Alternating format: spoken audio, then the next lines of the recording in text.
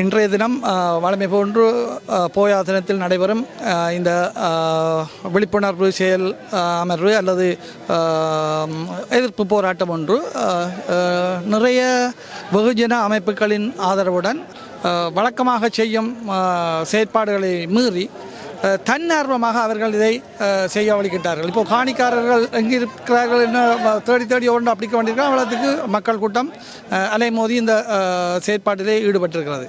இதில் ஒரு விஷயத்தை மட்டும் உங்களுக்கு குறிப்பாக சொல்ல வேண்டும்.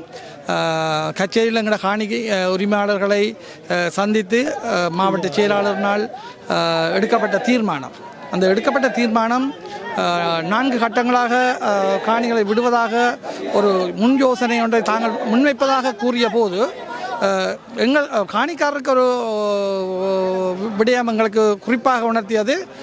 மாவட்ட செயலாளர் ஒரு தீர்வை முன்வைத்து அந்த தீர்வை காணி உரிமையாளர்கள் ஏற்றுக்கொள்ள மறுத்துவிட்டனர். எனவே முழுமையாக விடப்பட இருந்த காணி உரிமையாளர்களின் விடாப்பிடியான குணத்தினால் அது கைவிடப்பட்டது என்ற ஒரு கூற்றை அங்கே நாங்கள் திடமாக எங்கள் மூலம் அது நிரூபிக்கப்பட்டது. நாங்கள் ஓகே, நீங்கள் அந்த முன் யோசனையை வையுங்கள், அவர்கள் ஏற்றுக்கொண்டால் ஓகே. ஆனால் 4 கட்டங்களும் குறிப்பிட்ட காலப்பகுதி வரையறுத்து இவ்வளவு காலம், 1வது கட்டம் 2வது கட்டம் என்றது இவ்வளவு காலத்துக்குள் இருக்க வேண்டும் என நாங்கள் கூறியிருந்தோம். ஆனால் அவர்கள் அந்த யோசனையை நாங்கள் முன்வைத்த போது சற்று தடுமாறி அதிலிருந்து பின்வாங்குவதாக எங்களுக்கு தோன்றியது.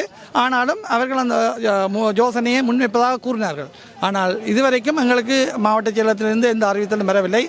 எங்களுக்கு ஒரு விடயம் இதிலிருந்து உணர்த்துகின்றது, இன்றைய போராட்டத்தை மலினப்படுத்துவதற்காக அல்லது செயலிழக்க செய்வதற்காக வகுக்கப்பட்ட உத்தியோ என நாங்கள் எண்ணியதன் காரணமாக வெகுஜன அமைப்புகளுக்கும் குறிப்பாக யாழ்ப்பாண பல்கலைக்கழக மாணவர் ஒன்றியத்திற்கும் இது தொடர்பான அறிவுறுத்தல்களை வழங்கிய போது அவர்கள் முழுமையாக வந்து இங்கே போராட்டத்தில் பங்கு பெற்றார்கள்.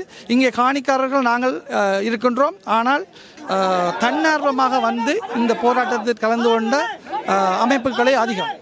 வவுனியாவிலிருந்து, முல்லைத்தீவிலிருந்து கூட இன்றைய போராட்டத்திற்கு மக்கள் வந்திருக்கிறார்கள். எனவே நாங்கள் இன்றைய தினம் மக்கள் அந்த போராட்டத்தை தன்னார்வமாக நடத்துவதால் அவர்களின்படியே அந்த போராட்டத்தை முன்னெடுத்து செல்ல விட்டுவிட்டு நாங்கள் சற்று ஒதுங்கி இருக்கிறோம். ஏனென்றால் இது நாளைக்கு அவர்களின் வீட்டு வாசலுக்கு செல்லக்கூடிய அல்லது செல்ல சாத்தியமுள்ள அந்த பிரச்சனை என்பதனால் அவர்கள் அந்த போராட்டத்தை, எங்கள் போராட்டத்தை தங்கள் போராட்டமாக எடுத்து நடாத்தி கொண்டிருக்கிறார்கள்.